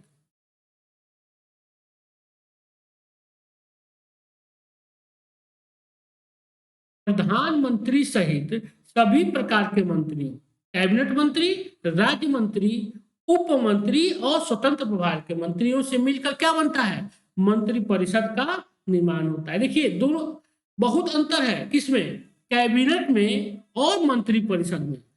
कैबिनेट में कौन आते हैं, कैबिनेट अगर कहेगा, कई बार पीटी में पूछा गया है कि अगर कैबिनेट पूछता है तो कैबिनेट में केवल कैबिनेट मंत्री आते हैं, लेकिन अगर मंत्री परिषद पूछता है तो मंत्री परिषद में मतलब जितने प्रकार के मंत्री होंगे, जैसे क्या कैबिनेट मंत्री, स्वतंत्र प्रभार के मंत्री, राज्य मंत्री और उप मंत्री भी बनाए जाते हैं। तो उसमें क्या होते हैं, ये चारों प्रकार के जो मंत्री होते हैं इनको मिलाकर बनता है क्या, मंत्री परिषद। लेकिन अगर पूछेगा कि कैबिनेट में, तो कैबिनेट में केवल केंद्रीय मंत्री या कैबिनेट मंत्री ही शामिल होते हैं। अब हम देखते हैं कि प्रधानमंत्री की नियुक्ति कैसे होती है। अनुच्छेद 75 के अनुसार, अनुच्छेद 75 में कहा गया है कि भारत में क्या होगा, एक प्राइम मिनिस्टर होगा जिसकी नियुक्ति कौन करेगा, राष्ट्रपति का। संविधान का अनुच्छेद 75(1) के अनुसार प्रधानमंत्री की नियुक्ति राष्ट्रपति करेगा तथा अन्य मंत्रियों की नियुक्ति राष्ट्रपति प्रधानमंत्री की सलाह पर करेगा। कह रहा है कि अनुच्छेद 75 भाई बताए ना कि क्या होता है कि राष्ट्रपति को सलाह देने के लिए एक मंत्रिपरिषद होगी, ये कहा गया है 74 में। और जिसका प्रधान कौन होगा, उस मंत्रिपरिषद का प्रधान प्रधानमंत्री होगा। वही कह रहा है 75(1) कहता है कि प्रधानमंत्री की जो नियुक्ति होगी वह राष्ट्रपति करेगा। 75(1) कहता है कि प्रधानमंत्री की नियुक्ति राष्ट्रपति के द्वारा की जाएगी तथा अन्य मंत्रियों की नियुक्ति राष्ट्रपति प्रधानमंत्री की सलाह पर करेगा। अनुच्छेद 75(1) मतलब मंत्रिपरिषद की नियुक्ति और संविधान प्रधानमंत्री की नियुक्ति 75(1) के अनुसार। प्रधानमंत्री विधायिका और कार्यपालिका, प्रधानमंत्री विधायिका तथा कार्यपालिका दोनों का वास्तविक प्रधान होता है। प्रधानमंत्री जो होता है वह विधायिका तथा कार्यपालिका दोनों का क्या होता है, वास्तविक प्रधान होता है तथा मंत्रियों व राष्ट्रपति के बीच संवाद के लिए वह सेतु का कार्य कर। देखिए, अगर कोई भी किसी मंत्री को कोई बात राष्ट्रपति तक पहुंचानी है तो वह सीधे नहीं पहुंचाएगा, वह प्रधानमंत्री को कहेगा और प्रधानमंत्री अपनी बात की बात राष्ट्रपति तक रखेंगे, या राष्ट्रपति की कोई बात है प्रधानमंत्री के माध्यम से वो उस मंत्री तक पहुंचेगी। मतलब क्या करता है, यह मंत्रियों और राष्ट्रपति के बीच प्रधानमंत्री जो होता है वो पुल का काम करता है, वह पुल का काम करता है, सेतु का कार्य करता है। वास्तव में इन दोनों प्रकार की नियुक्तियों में राष्ट्रपति स्वतंत्र नहीं है। क्या मतलब, न राष्ट्रपति प्रधानमंत्री की नियुक्ति, ये नहीं कि वो किसी भी सदस्य को प्रधानमंत्री बना दे, उसको ये स्वतंत्रता संविधान में नहीं दिया गया है। और वह अपने मन माफिक मंत्रियों की भी नियुक्ति नहीं कर सकता। सबसे पहली चीज क्या है कि सदन में निर्वाचित दल जो बहुमत जिनके पास है वो किसके सदस्य जो होते हैं वह प्रधानमंत्री के पद के लिए व्यक्ति का चुनाव करते हैं और राष्ट्रपति उसको क्या करता है, अनुमोदन करता है। और मंत्रिपरिषद की नियुक्ति जो है प्रधानमंत्री अपनी इच्छा से करता है और उसकी अनुमोदन कौन करता है, राष्ट्रपति करता है। लेकिन राष्ट्रपति स्वयं चाहते हुए भी न प्रधानमंत्री किसी को बना सकता है और न मंत्रिपरिषद में शामिल कर सकता है। वह इन दोनों चीजों में स्वतंत्र नहीं है, वह केवल एक सलाहकारी भूमिका में है। लोकसभा में जिस दल का स्पष्ट बहुमत होगा उसी के नेता को राष्ट्रपति प्रधानमंत्री नियुक्त करेगा। यह संविधान में कहा गया है। मतलब ये नहीं कि अगर उसको लगता है कि विपक्ष का नेता बेहतर प्रधानमंत्री होगा वह इसकी नियुक्ति नहीं कर सकता है, क्योंकि ऐसा उसको पावर दिया ही नहीं गया है। क्योंकि ये लोकतंत्र है, लोकतंत्र में क्या है, बहुमत की सरकार होती है और जिसके पास बहुमत होता है उसी को प्रधानमंत्री नियुक्त किया जा सकता है, यह राष्ट्रपति करता है। यदि लोकसभा में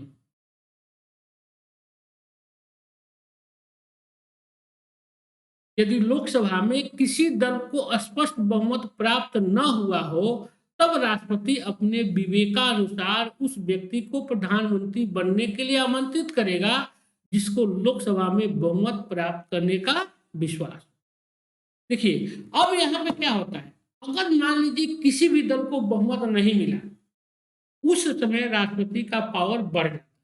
वह उस समय अपने विवेकाधिकार का प्रयोग करता है। वह उस पार्टी को के नेता को बुलाता है या उस व्यक्ति को बुलाता है जिसे उसे लगता है कि वह क्या करेगा, अपना बहुमत साबित कर सकता है, वह उसको आमंत्रित करता है। यहाँ पे उसका पावर, राष्ट्रपति का पावर क्या होता है, बढ़ जाता है। अब राष्ट्रपति मतलब जो मंत्रियों का चयन कैसे किया जाता है, राष्ट्रपति प्रधानमंत्री के परामर्श पर मंत्रियों की नियुक्ति करता है। देखिए, यहां भी राष्ट्रपति स्वतंत्र नहीं है। यहां भी राष्ट्रपति जो है वो मंत्रियों की नियुक्ति में स्वतंत्र नहीं है। प्रधानमंत्री जिसको कहता है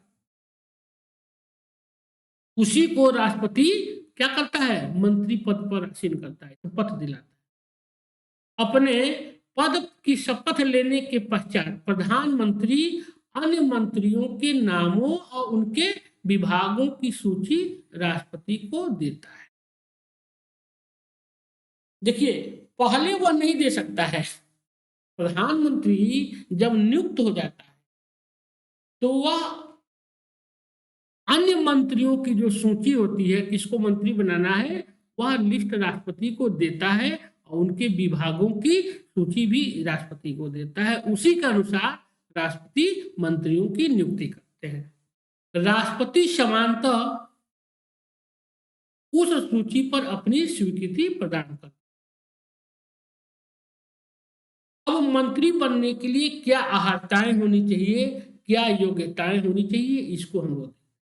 मंत्रिपरिषद का सदस्य बनने के लिए आवश्यक नहीं है कि कोई भी व्यक्ति क्या हो, संसद का, सदन का सदस्य ही हो।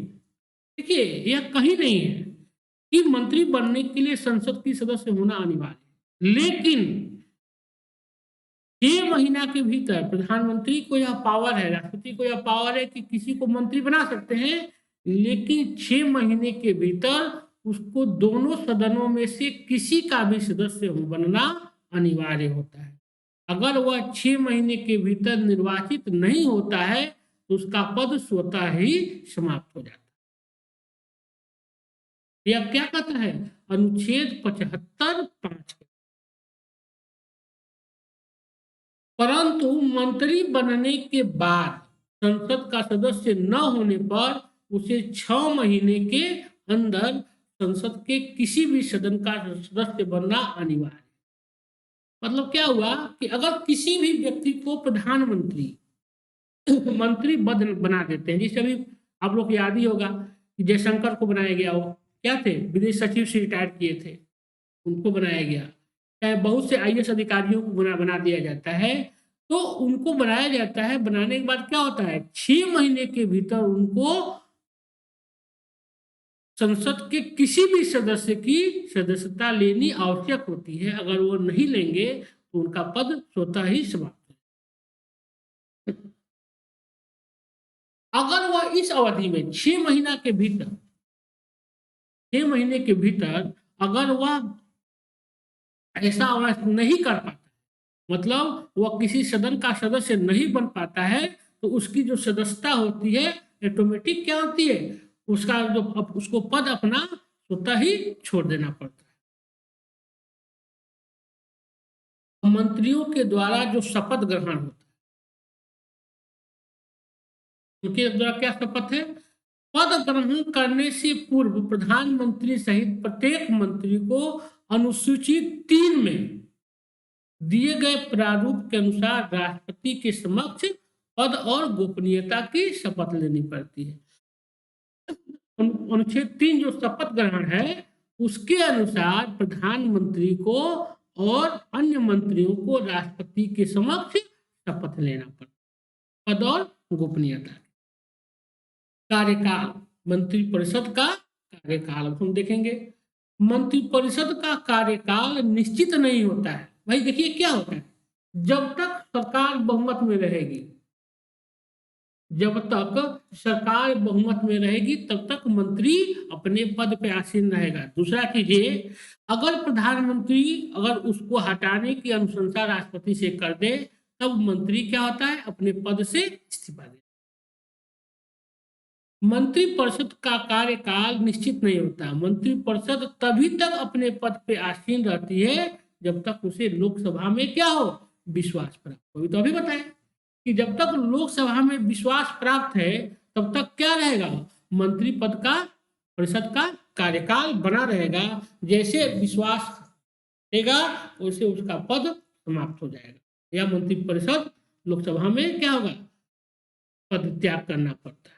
अब मंत्रिपरिषद का आकार, मतलब कितने मंत्री होने चाहिए, तो हम देखते हैं कि 91वां संविधान संशोधन जो 2003 में हुआ था, उसके माध्यम से यह निश्चित किया गया कि कुल सदस्यों की संख्या, मंत्रिपरिषद में प्रधानमंत्री सहित कुल सदस्यों की संख्या लोकसभा के सदस्यों का 15% ही होना चाहिए। मतलब मंत्रिपरिषद में 15% सदस्य ही पूरे लोकसभा के सदस्यों के अनुसार होना चाहिए। मतलब 550 में से 15% ही लोगों को क्या किया जा सकता है, मंत्री बनाया जा सकता है, इससे ज्यादा नहीं होते हैं। मूल संविधान में मंत्रिपरिषद के आकार से संबंधित कोई उपबंध नहीं था पहले, लेकिन संविधान का 91वां संविधान संशोधन जो 2003 में हुआ था के माध्यम से अनुच्छेद 75(1) क अंतः स्थापित करके यह उपबंध किया गया कि मंत्रिपरिषद में प्रधानमंत्री सहित कुल मंत्रियों की संख्या लोकसभा के सदस्यों की कुल संख्या के 15% ही होगी। 91वां संविधान संशोधन के द्वारा यह निश्चित किया गया। देखिए, भारतीय संविधान में ऐसा कोई प्रावधान नहीं था कि प्रधानमंत्री की सलाह पर राष्ट्रपति कितने मंत्रियों की नियुक्ति करेंगे, लेकिन संविधान का जो 91वां संविधान संशोधन हुआ 91वां 2003 में, उसमें यह जोड़ा गया अनुच्छेद 75(1) क के अनुसार कि प्रधानमंत्री सहित मंत्रिपरिषद में लोकसभा के कुल सदस्य जितने हैं, मतलब 550 जो सदस्य हैं, अधिकतम हो सकते हैं, या 545 में का 10% ही, सॉरी 15% लोगों को ही क्या बनाया जा सकता है, मंत्रिपरिषद में शामिल किया जाएगा। मतलब कुल सदस्यों का 15%, वो भी किसके, केवल लोकसभा के। तो हम देखेंगे कि मंत्रियों के कितने प्रकार होते हैं। मंत्रियों के कितने प्रकार, तो मंत्री 3 प्रकार के होते हैं। कैबिनेट मंत्री होते हैं, राज्य मंत्री होते हैं और उप मंत्री होते हैं। अब राज्य मंत्री में ही स्वतंत्र प्रभार का भी मंत्री आता है, इसीलिए यहाँ पे 4 का वर्णन नहीं करके 3 ही का वर्णन किया। कैबिनेट मंत्रियों का समूह भारत के प्रशासन के सर्वोच्च इकाई है। कैबिनेट भारत में प्रशासन की सर्वोच्च ऊंचाई मानी जाती है। कौन, जो केवल कैबिनेट मंत्री होते हैं। यही सरकार की नीतियों का संचालन करती है। कैबिनेट जो होती है वही सरकार की नीति का क्या करती है, संचालन करती है। इसके सदस्य अपने विभागों के मंत्रालय के अध्यक्ष। कैबिनेट जो मंत्री होते हैं क्या होते हैं, अपने विभाग के स्वतंत्र अध्यक्ष होते हैं, और यही लोग क्या करते हैं, सरकार चलाते हैं। प्रशासन की ये सर्वोच्च इकाई होते हैं। कैबिनेट शब्द का उल्लेख मूल संविधान में नहीं किया गया। कैबिनेट शब्द का उल्लेख मूल संविधान में नहीं किया गया था। 44वें संविधान संशोधन 1978 द्वारा इस शब्द को अनुच्छेद 352 में शामिल किया। देखिए, एक ही जगह केवल मिलता है, कैबिनेट शब्द का प्रयोग केवल एक ही जगह मिलता है, वो मिलता है संविधान के अनुच्छेद 352 में। वो भी कब शामिल किया गया, वो भी 44वां संविधान संशोधन 1978 में मोरारजी देसाई के शासनकाल में हुआ, उसमें शामिल किया गया। आपातकाल लागू करने के लिए राष्ट्रपति को भेजी जाने वाली लिखित अनुशंसा पर कैबिनेट मंत्रियों के हस्ताक्षर होना अनिवार्य कर दिया गया। मतलब क्या है, ये नहीं कि प्रधानमंत्री अपनी इच्छा से राष्ट्रपति को भेज के आपातकाल की घोषणा कर दे, नहीं, इसके लिए अनिवार्य कर दिया गया है कि उस पे कैबिनेट मंत्रियों का भी हस्ताक्षर होना चाहिए। उस आपातकाल की घोषणा पर कैबिनेट मंत्रियों की भी मुहर होनी चाहिए, तभी वो लग सकता है। कैबिनेट मंत्री को सहायता देने के लिए क्या होते हैं, राज्य मंत्री होते हैं, स्वतंत्र प्रभार के मंत्री होते हैं और उप मंत्रियों की नियुक्ति की जाती है। राज्य मंत्री, जो राज्य मंत्री होते हैं, कैबिनेट की बैठकों में क्या करते हैं, इनको भाग लेने का अधिकार नहीं है। कैबिनेट बताया ना कि कैबिनेट में केवल कौन लेता है भाग, कैबिनेट मंत्री लेते हैं। लेकिन अगर मंत्री परिषद की जब बैठक बुलाई जाती है तो उसमें सभी प्रकार के मंत्रियों को बुलाया जाता है। और राज्य मंत्री के जो श्रेणी है, मैं बताया ही था अभी, इसमें दो तरह के मंत्री होते हैं। एक होते हैं स्वतंत्र प्रभार के मंत्री, राज्य मंत्री, और दूसरे राज्य मंत्री। वे राज्य मंत्री जिन्हें स्वतंत्र प्रभार नहीं दिया गया है, वह स्वतंत्र प्रभार के मंत्री अपने विभाग का, स्वतंत्र प्रभार दिया गया है, वे राज्य मंत्री। देखिए दो होते हैं, बताया ना कि तीन तरह के मंत्री होते हैं, कैबिनेट होते हैं, राज्य मंत्री होते हैं, उप मंत्री होते हैं। लेकिन राज्य मंत्री में दो तरह के मंत्री होते हैं, एक होते हैं स्वतंत्र प्रभार के मंत्री और दूसरे होते हैं राज्य मंत्री। तो स्वतंत्र प्रभार का जो मंत्री होता है वह क्या होता है, अपने विभाग का प्रमुख होता है। भले उसको कैबिनेट मंत्री नहीं बनाया गया है, लेकिन वह क्या होता है, अपने विभाग का प्रमुख होता है। जबकि बिना स्वतंत्र प्रभार वाले राज्य मंत्री कैबिनेट मंत्री के अधीन कार्य करते, दोनों में यह अंतर है। देखिए, कैबिनेट मंत्री जो स्वतंत्र प्रभार का मंत्री होता है वह अपने विभाग का प्रमुख होता है, लेकिन जो अन्य जो राज्य मंत्री हैं वो क्या होते हैं, किसी कैबिनेट मंत्री के अंदर काम करते हैं, वह अपने विभाग के प्रमुख नहीं होते हैं। मंत्रिमंडल का, मंत्रिपरिषद का सामूहिक उत्तरदायित्व जो है इसके प्रति है, देखते हैं। अनुच्छेद 75(3) में कहा गया है कि मंत्रिपरिषद लोकसभा के प्रति सामूहिक रूप से उत्तरदायी होगी। इसका तात्पर्य यह है कि किसी मंत्री के द्वारा किए गए किसी कार्य के लिए केवल वही मंत्री उत्तरदायी नहीं होगा, बल्कि संपूर्ण मंत्रिपरिषद उत्तरदायी होती है। अनुच्छेद 75(3) के अनुसार मंत्रिपरिषद जो है किसके प्रति उत्तरदायी है, लोकसभा के प्रति उत्तरदायित्व होगी। और इसमें क्या कहे, यहाँ सामूहिक वो किया जाता है। ये नहीं कि कोई एक मंत्री है और उसके कोई कृत्य ऐसी है तो उसके लिए उत्तरदायी किसको माना जाएगा, संपूर्ण मंत्रिपरिषद को माना जाता है, न कि उस मंत्री को। यहाँ पे क्या है, सामूहिकता पर जोर दिया गया है। यदि मंत्रिपरिषद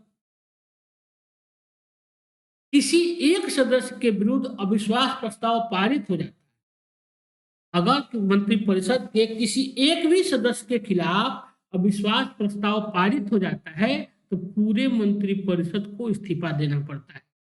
भाई शुरू में ही बता दिए कि क्या है, यहाँ पे सामूहिक जिम्मेदारी निभाया जाता है। सामूहिक कि अगर एक मंत्री के खिलाफ भी अगर कोई प्रस्ताव पारित हो जाता है तो पूरे सामूहिक रूप से संपूर्ण मंत्रिमंडल को क्या देना पड़ता है, त्याग पत्र देना होता है, क्योंकि यहाँ पे सामूहिकता पे विश्वास है। इस प्रकार सामूहिक उत्तरदायित्व के सिद्धांत के अनुसार संपूर्ण मंत्रिपरिषद एक इकाई के रूप में कार्य करती, भाई करती ही है। भाई प्रधानमंत्री के अंडर जो होते हैं, जो अन्य मंत्री हैं, एक क्या करते हैं, एक इकाई के रूप में कार्य करते हैं। इसीलिए एक व्यक्ति के कृत्य सभी व्यक्तियों पर क्या होते हैं, उत्तरदायी होते हैं। मंत्री चाहे जिस भी सदन से हो, वह सामूहिक उत्तरदायित्व किसके प्रति रखता है, लोकसभा के प्रति होता है। मतलब क्या है, जिसे मंत्रिपरिषद की जब नियुक्ति की जाती है तो लोकसभा और राज्यसभा दोनों से की जाती है, लेकिन वह उसकी जिम्मेदारी जो उत्तरदायी जो होता है मंत्री बनने के बाद, वह अपनी सभा का नहीं, अगर मान लीजिए राज्यसभा का व्यक्ति मंत्री है तो वह राज्यसभा के प्रति नहीं, लोकसभा के प्रति उत्तरदायित्व रखता है। अब मंत्रिपरिषद की कार्य प्रणाली।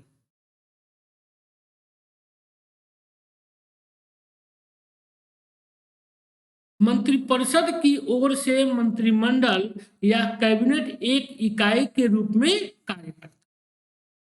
इसकी बैठक प्राय सप्ताह में एक बार होती है, परंतु प्रधानमंत्री किसी भी समय बैठक बुला सकता है।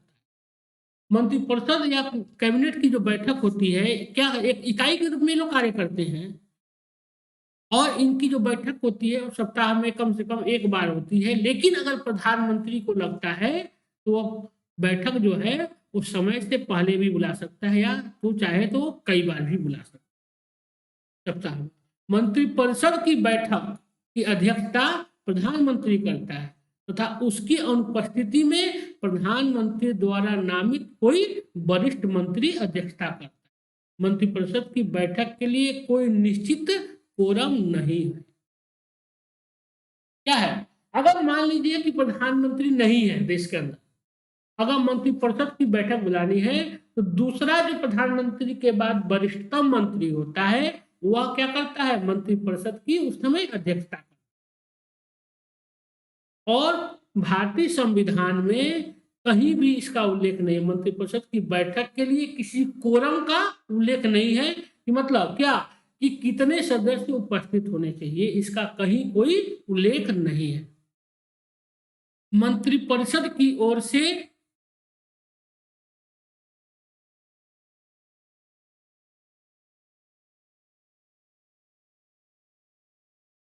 मंत्रिपरिषद की ओर से मंत्रिमंडल या कैबिनेट ही प्रत्येक मामले पर निर्णय लेता है। प्राय सभी निर्णय सर्वसम्मति से लिए जाते हैं। मतभेद की अवस्था में निर्णय बहुमत के आधार पर लिया जाता है।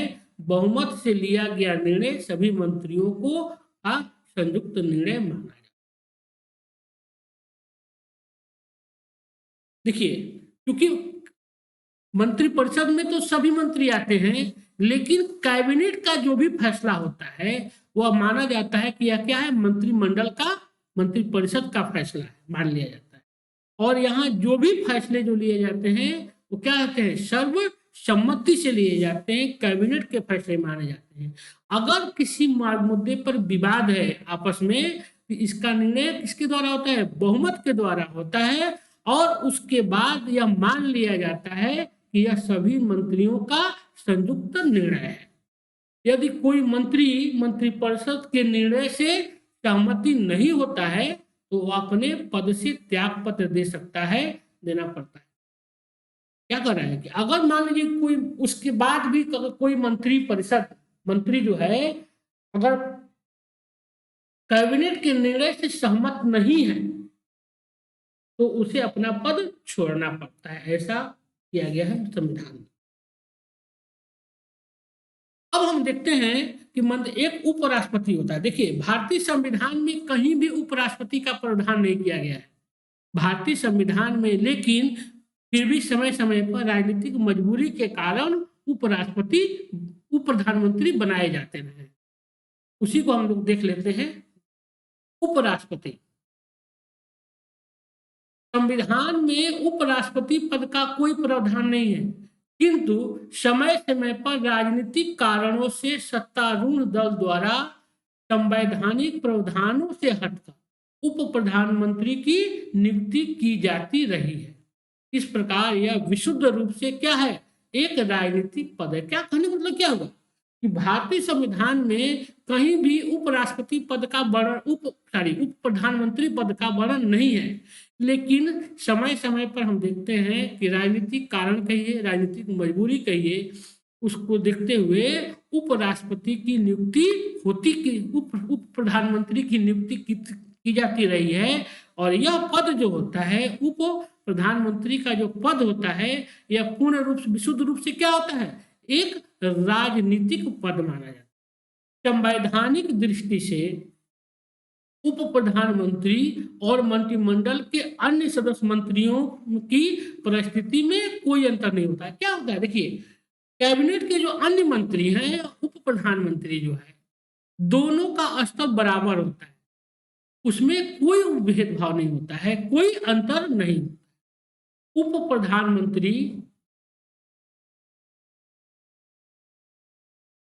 प्रधानमंत्री मंत्री के रूप में ही शपथ लेता है, किंतु व्यवहारिक दृष्टि से वह प्रधानमंत्री के बाद दूसरे स्थान पे है।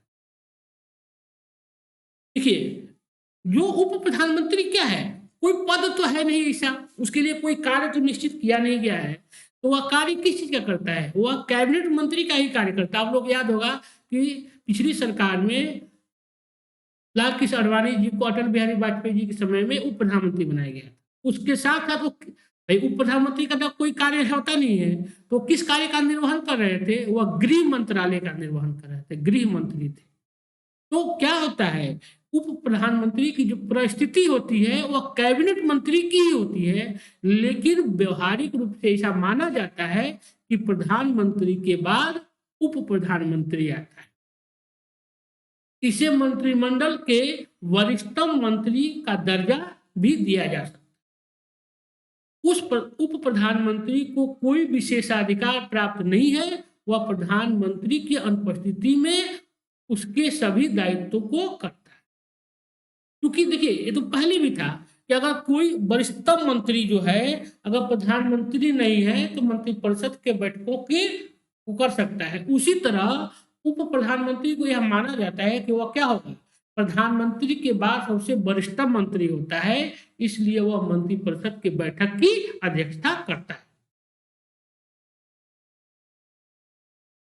प्रधानमंत्री की मृत्यु या त्याग पत्र के पश्चात उप प्रधानमंत्री उसका पद ग्रहण नहीं करता है, क्योंकि ऐसा कोई संविधान में व्यवस्था ही नहीं की गई है।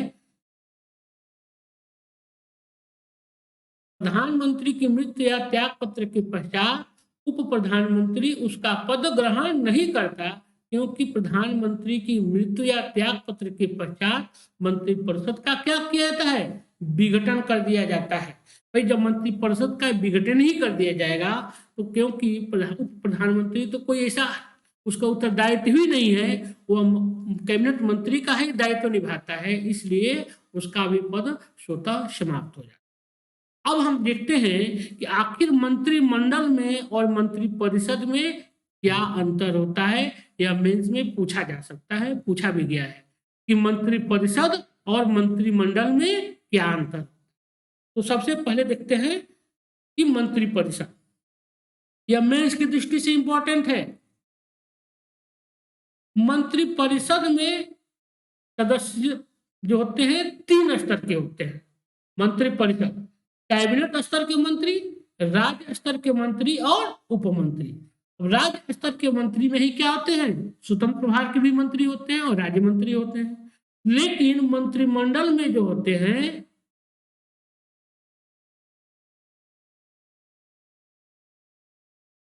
मंत्रिमंडल में यह मंत्रिपरिषद का एक भाग होता है, जिसमें केवल कैबिनेट मंत्री, हाँ कैबिनेट लिख लीजिएगा, कैबिनेट मंत्री शामिल होते हैं। मंत्रिमंडल की जब बैठक होती है तो उसमें क्या होते हैं, केवल कैबिनेट मंत्री होते हैं। मंत्रिमंडल में केवल कैबिनेट मंत्री होंगे। जब मंत्रिपरिषद होगी तो उसमें कैबिनेट स्तर के मंत्री, राज्य स्तर के मंत्री और उप मंत्री होते हैं। मंत्रिपरिषद यह एक संवैधानिक निकाय है। मंत्रिपरिषद चूंकि बताया 74 में कहा गया है मंत्रिपरिषद होगी, यह एक संवैधानिक निकाय है जिसका वर्णन संविधान के अनुच्छेद 74 और अनुच्छेद 75 में किया गया है। इसका वर्णन किया गया है, मंत्रिपरिषद का किया गया है। लेकिन वहीं पे मंत्रिमंडल जो है इस 44वें संविधान संशोधन 1978 के द्वारा 352 में, अनुच्छेद 352 में मंत्रिमंडल या कैबिनेट शब्द को जोड़ा गया है, जबकि संविधान के मूल पाठ में इस शब्द का स्थान नहीं दिया गया था। कहने का क्या मतलब हुआ, अभी हम लोग पीछे भी पढ़े हैं कि कैबिनेट का, मंत्रिमंडल का कहीं वर्णन नहीं है संविधान के अंदर। ये कहाँ मिलता है, 44वां संविधान संशोधन 1978 के द्वारा कैबिनेट शब्द को जोड़ा गया है भारतीय संविधान में अनुच्छेद 352 के परिप्रेक्ष्य में। क्या कि अगर आपातकाल की घोषणा करनी है प्रधानमंत्री को आपातकाल की, तो उसके लिए क्या होगा, कैबिनेट से भी अनुमोदन लेना पड़ेगा, वही एक कैबिनेट शब्द जोड़ा गया है। अब मंत्रिपरिषद में सैद्धांतिक रूप से मंत्रिपरिषद को संघ की समस्त कार्यपालिका शक्तियां प्राप्त हैं, परंतु मंत्रिमंडल द्वारा इसके कार्यों का निर्धारण किया जाता है। कहने का मतलब क्या हुआ, सैद्धांतिक रूप से मंत्रिपरिषद को संघ की जितनी समस्त शक्तियां हैं, कार्यपालिकी शक्तियां हैं, वह प्राप्त हैं, परंतु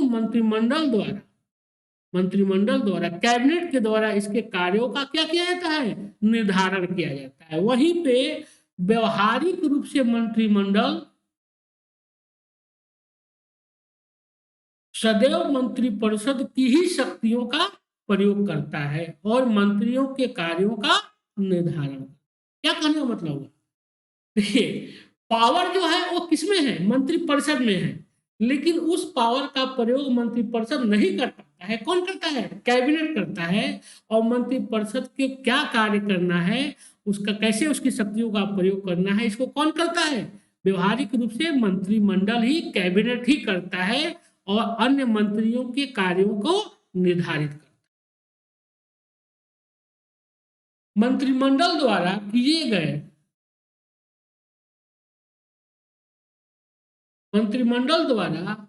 लिए गए नीतिगत निर्णयों का क्रियान्वयन मंत्रिपरिषद द्वारा किया जाता है। देखिए अब उल्टा हो गया यहाँ, संविधान में जिसका अस्तित्व है, मंत्रिपरिषद का अस्तित्व है, लेकिन मंत्रिपरिषद क्या करती है, मंत्रिमंडल कैबिनेट के द्वारा जो भी नीति निर्णय लिए जाते हैं उसका क्रियान्वयन कौन करती है, मंत्रिपरिषद करती है। वहीं पे नीतिगत निर्णयों का क्रियान्वयन